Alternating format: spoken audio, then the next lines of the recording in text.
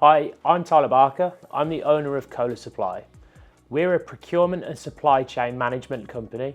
We partner with businesses ranging from 7 to 11 figures in turnover, taking control of their supply chain, always ensuring that their product is delivered on time, at a fair price, and in the quality that they expect. Today I want to talk to you about the importance of hiring and incentivizing staff.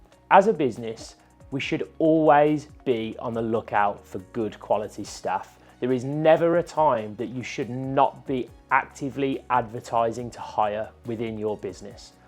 As a part of the new generation of workforce myself, I really understand the importance of incentivizing a team and ensuring that they are aligned to your mission and vision when bringing them into the business. Unfortunately, we've come from a generation where instant gratification is rife throughout.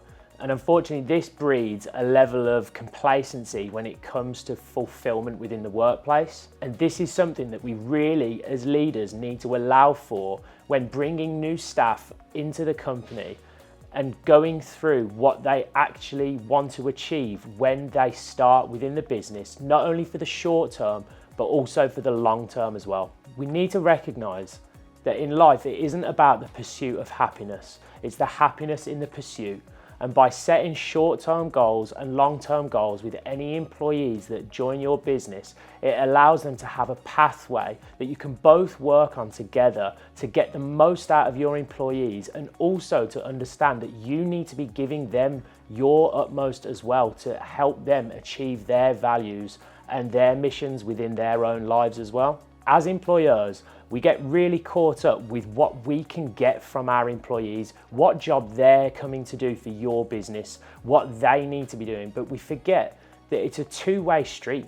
And employment is something that an employer and an employee need to align on their own goals and ensure that they're working together to actively help each other achieve those goals. Now, unfortunately, no one is ever going to care about your business as much as you are, and that's just a fact of life that's never going to change. But what you can do is help incentivize the staff that you do have and understand them as people, understand what their goals are in their lives, not only within your business, but also outside of the business as well, and have open and honest conversations with them so that you can help each other achieve those goals together. Unfortunately, what's happening now, when people are coming in for job interviews, they're scared to say what they really feel and what they really mean. So what I like to do whenever I'm employing somebody is have an immediate and open and honest conversation with that individual.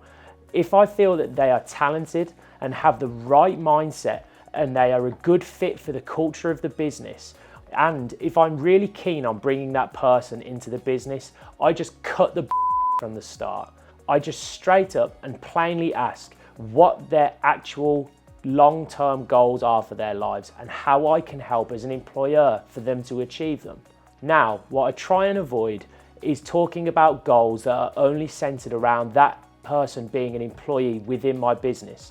I like to get to know them. I like to understand what they would like to achieve outside of my business, because the likelihood is if you're employing someone that might be only sort of in their 20s, 30s, or even 40s, there is a high likelihood that they are not going to spend the rest of their lives working within your business. And as an employer, it's your responsibility to understand what their strategies are, what their motivations are, and where they see themselves in the next 5 years.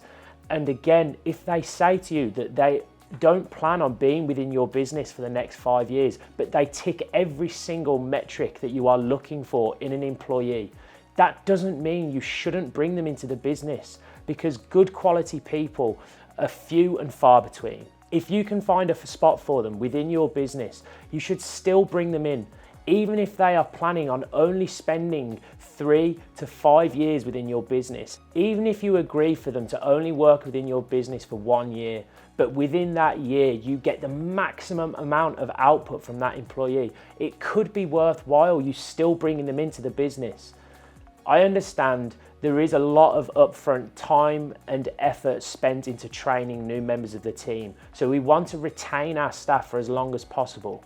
But let's be honest with ourselves. Do you really think you're going to retain a member of staff for a longer period of time if you don't actively take an effort to understand and help them achieve what their goals are as an individual, even if that is outside of your business.